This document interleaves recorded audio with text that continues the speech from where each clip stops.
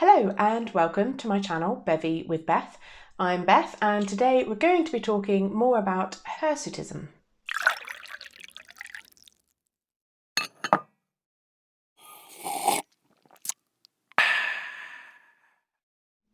So I have spoken on this channel before about my personal experience with excess hair growth, but I wanted to talk a little bit more on the kind of factual side of things of what it is and how it's working within our bodies, and then also give a few different options of how to handle things that maybe then would work for you, that might not be what I do, and just, make it a little bit less of a vlog style, this is my life with a beard, and more about this is what's actually happening and this is what you can do about it. So one of the things I wanted to mention before we go any further is, as much as I have labelled videos in the past as like my bearded lady life and all that kind of thing, I wanted to acknowledge that I am incredibly fortunate that I am blonde. And despite the fact that the hairs are actually quite visible, especially when I let it grow, it's definitely visible on me. It's fairly minimal and it's definitely light and doesn't even get picked up on camera. And I know that there are people struggling out there with much worse conditions than me, but because our society is so much like women shouldn't have any hair unless it's growing out of their scalp, then I definitely still come up against what to do with my beard and not just being able to be like, oh, well, I'll just leave it as it is because people notice. And although it can't be picked up on, especially on this camera, because it's just my phone camera, it is there and I do need to remove it. And I do have experience with people noticing it, with people pointing it out, with that kind of social aspect of having too many hairs on your chin. But I also wanted to acknowledge that it is nothing in comparison to what most of you are dealing with. So first of all, what is hirsutism? It's a very common side effect of PCOS and is mostly caused by the excess androgens, particularly the male hormone testosterone, in our system. And what happens is, as these testosterone levels rise, then they can cause two things actually. They can cause excess hair growth and they can also cause hair loss. But we're just going to be focusing on the excess hair growth. And what happens is the testosterone affects the hair follicles, causing them to grow faster, thicker, and darker.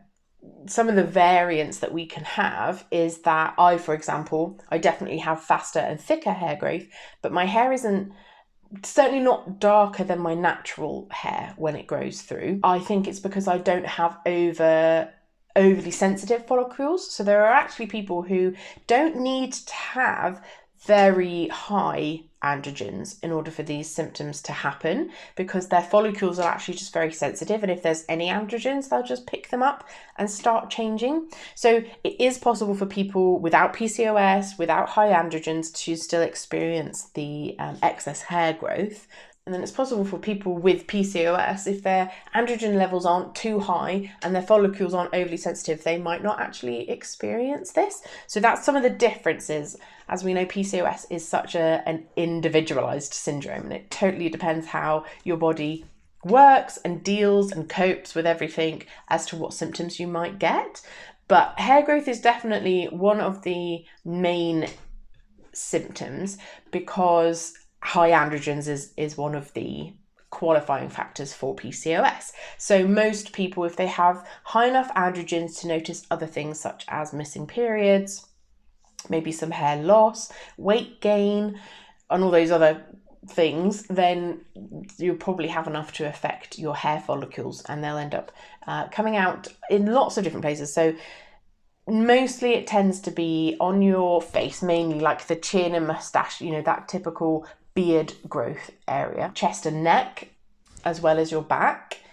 And again, it doesn't necessarily mean there wasn't any hair there before, but definitely you will find that it will get thicker, darker, and it grows faster. And that's definitely one of the things that I noticed, which made me realise that the growth on my chin wasn't normal, if anything's normal, but do you know what I mean? And of course, the biggest problem with this is not actually so much that it's an underlying issue of excess androgens, which cause us so many problems, but actually it's more about the fact that it's obvious, that people see it, that everybody expects you to do something about it, and it's the impact it has on our mental state.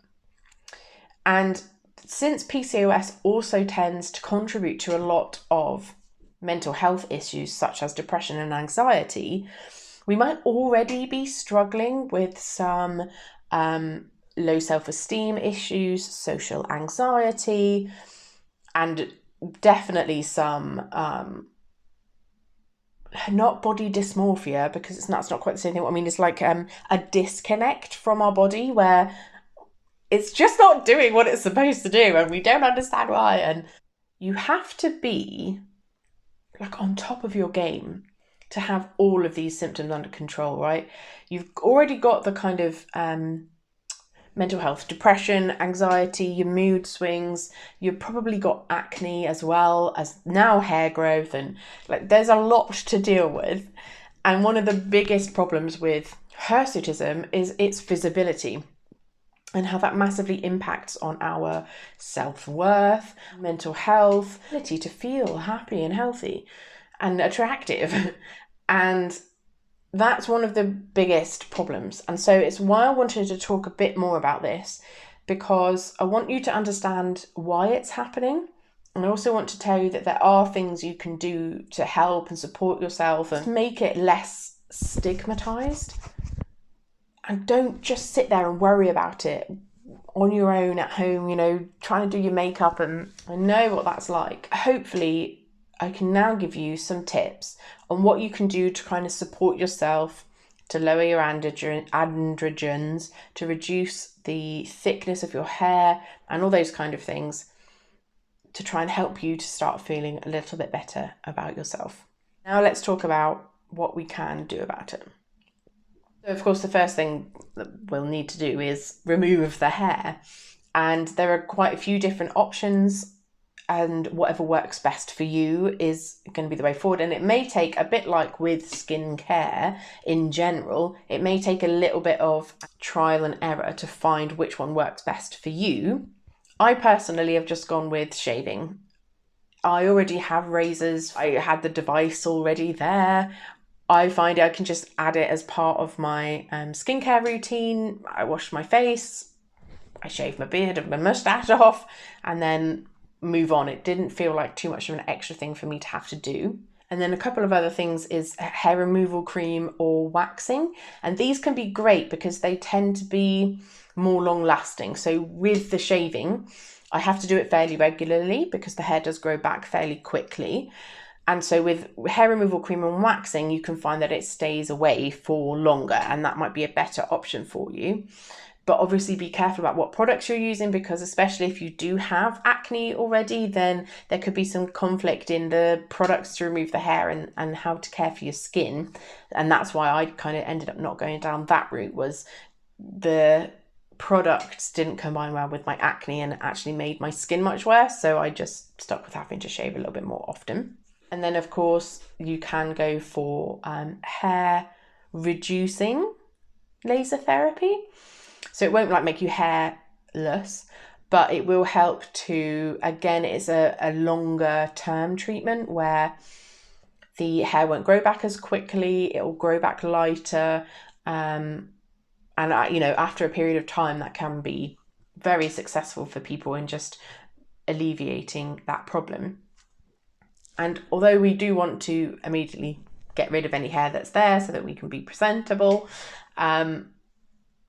ultimately, none of those things will make the problem go away. Whilst it's not really possible to remove all hair, I'm going to be in a situation where we don't need to do something occasionally, fairly regularly, ongoing to remove the hair that we don't want to be there. And it can be a really good thing to add as part of your self-care routine. That's definitely something that I've found, to see it not as something that must be done or needs to be done because this is so shameful, but as a way of just taking care of yourself. It can become part of a positive experience, but ultimately we need to get to the root cause of the problem, and that means reducing our androgens. Now, I do have a whole video here talking about testosterone, why it's in our system, why PCOS causes it, and the best ways to balance or reduce it. But just a couple of tips would be to reduce stress, reduce your insulin levels, and then to start consuming things like cruciferous vegetables, so your cauliflower and broccoli and those kind of things, to help regulate the metabolism of hormones so that they're not just hanging out in a body. They can actually go through the process of coming out of our system when we don't need them. And then lastly, it would be to drink spearmint tea. It is a game changer. It's definitely something that I noticed within a few weeks of consistently drinking. I would say it's probably about 2 tablespoons a day in a cup of tea. By drinking that consistently, I really did notice that the hair didn't grow back as fast, it didn't grow back as thick, and you probably would find it wouldn't grow back as dark as well. And so that's definitely the best way to go about trying to stabilize your androgens. So I hope this video has at least been a little bit helpful for you. If it was, don't forget to give it a thumbs up, because it does mean so much to me to know that what I'm putting out there is helpful to you guys. Thank you so much for watching, and I'll see you in the next one.